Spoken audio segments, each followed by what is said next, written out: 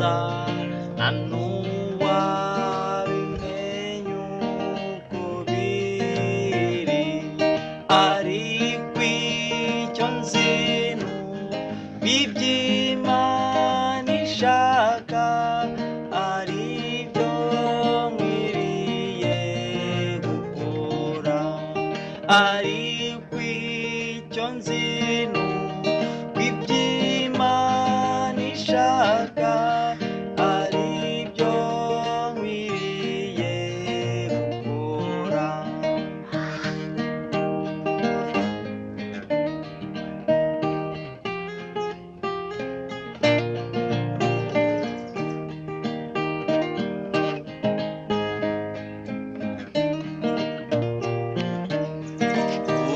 Urugendo ntabwo nabimenya byose, ariko nzi ko nzabimenya, bitukiturizwa n'ibyago biriho kandi ari byo mu gihe gito, bikukiturizwa n'ibyago biriho kandi ari byo mu gihe gito.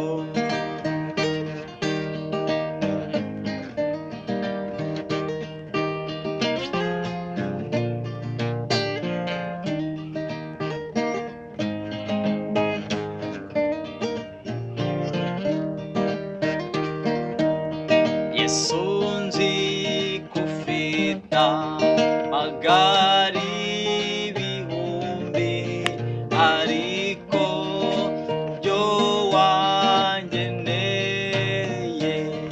icyo wampitiye ni ukugira ngo nzagere mu ijuru amahoro, icyo wampitiye ni ukugira ngo nzagere mu ijuru amahoro.